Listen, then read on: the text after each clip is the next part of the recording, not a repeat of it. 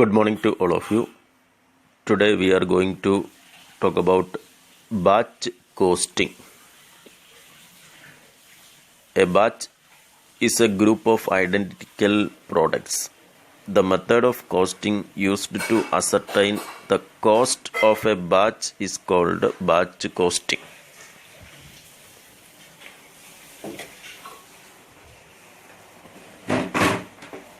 Batch costing is that form of specific order costing under which each batch is treated as a cost unit and costs are accumulated and ascertained separately for each batch. Batch costing is also known as lot costing.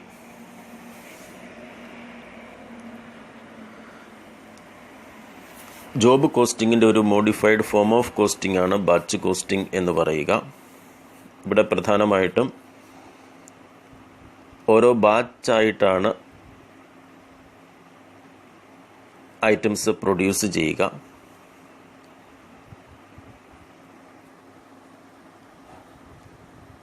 അങ്ങനെ ഒരേ നേച്ചറിലുള്ള ഒരു ബാച്ചായിട്ട് produce ചെയ്യപ്പെടുന്ന ഐറ്റത്തിൻ്റെ cost എത്രമാത്രമാണെന്ന് ascertain ചെയ്യുന്ന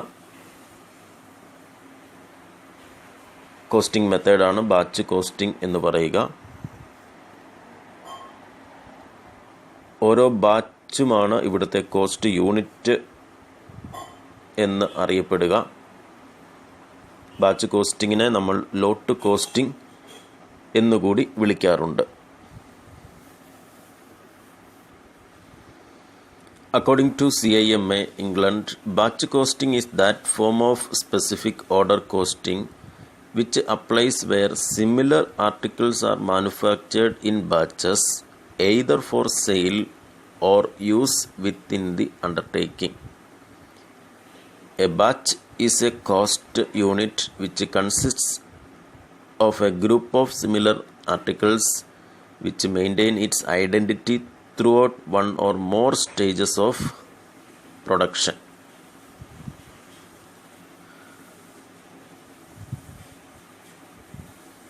batch costing എന്ന് പറയുക specific order കോസ്റ്റിങ്ങിൻ്റെ മാതൃകയിലുള്ളതാണ്. അവിടെ ഒരേ നേച്ചറിലുള്ള ആർട്ടിക്കിൾസാണ് produce ചെയ്യുക. അത് ഭാവിയിൽ വിൽക്കുന്നതിന് വേണ്ടിയും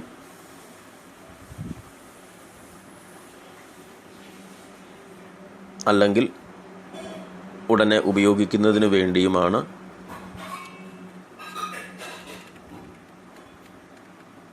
ഇങ്ങനെയുള്ള ആർട്ടിക്കിൾസ് പ്രൊഡ്യൂസ് ചെയ്യുക.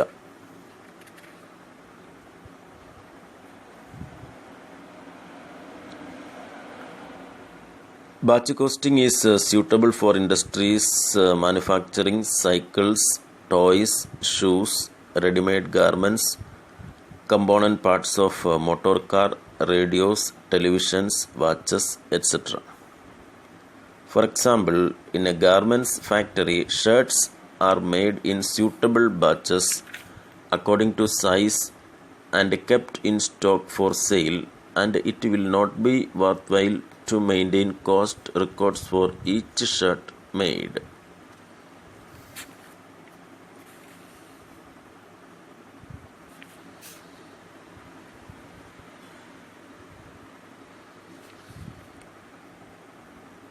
ഒരു ഗാർമെൻറ്റ്സ് ഫാക്ടറിയിൽ പർട്ടിക്കുലർ സൈസിലുള്ള ഷർട്ട്സിൻ്റെ ഒരു ബാച്ച് അതൊരു ബാച്ചായിട്ട് പ്രൊഡ്യൂസ് ചെയ്യുന്നു. ഭാവിയിലുള്ള സെയിൽസിന് വേണ്ടിയിട്ട്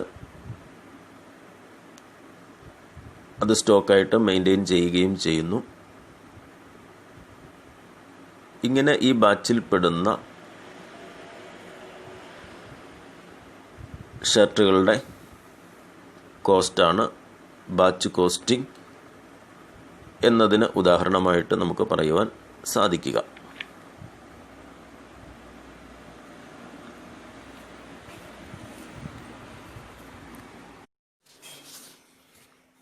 Good morning. Objectives of batch costing. The main objectives of batch costing are to ascertain the cost and profit of each batch, to exercise control over cost, to determine economic batch quantity. Distinction between job costing and batch costing.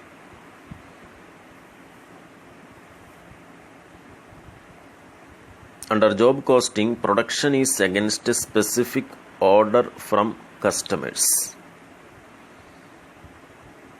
Whereas batch costing, production is made mainly for stock in anticipation of demand. In job costing, job is the cost unit, whereas in batch costing, batch is the cost unit. In the case of job costing, there is no economic number of job to reduce cost. Whereas under batch costing, there is economic batch quantity to reduce or minimize cost. Under job costing, production is undertaken for each job separately. Whereas batch costing, production is undertaken for each batch.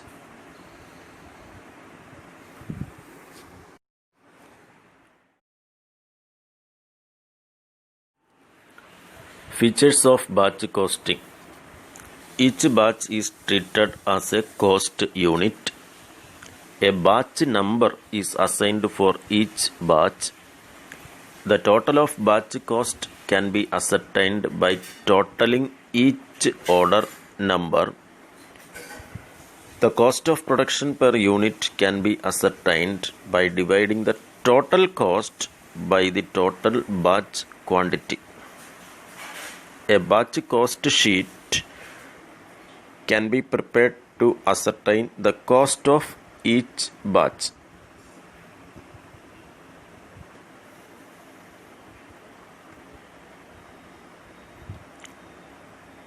Batch costing procedure. Batch costing procedure എന്നതുകൊണ്ട് ഉദ്ദേശിക്കുക ഓരോ ബാച്ചിനെയുമാണ് cost യൂണിറ്റായിട്ട് പരിഗണിക്കുക. ഓരോ ബാച്ചിൻ്റെയും cost എത്രയാണ് എന്ന് calculate ചെയ്യുക എന്നുള്ളതാണ്.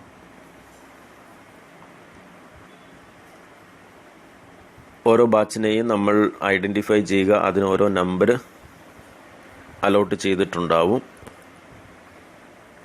അതേ തുടർന്ന് ഓരോ ബാച്ചിനുമുള്ള direct material cost, direct labour cost, direct expenses മുതലായവ റെക്കോർഡ് ചെയ്യുക, ആഡ് ചെയ്യുക. അതേ തുടർന്ന് അതുമായിട്ട് ബന്ധപ്പെട്ട ഓവർഹെഡ് കോസ്റ്റുകൾ ആഡ് ചെയ്യുക. അങ്ങനെ നമുക്ക് ടോട്ടൽ കോസ്റ്റ് ലഭിക്കുന്നു. ആ കിട്ടുന്ന ടോട്ടൽ കോസ്റ്റിനെ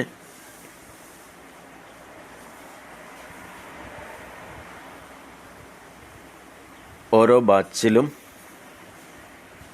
പ്രൊഡ്യൂസ് ചെയ്യപ്പെടുന്ന നമ്പർ ഓഫ് യൂണിറ്റ്സ് കൊണ്ട് ഡിവൈഡ് ചെയ്യുമ്പോൾ കോസ്റ്റ് പെർ യൂണിറ്റ് ലഭിക്കുന്നതാണ്.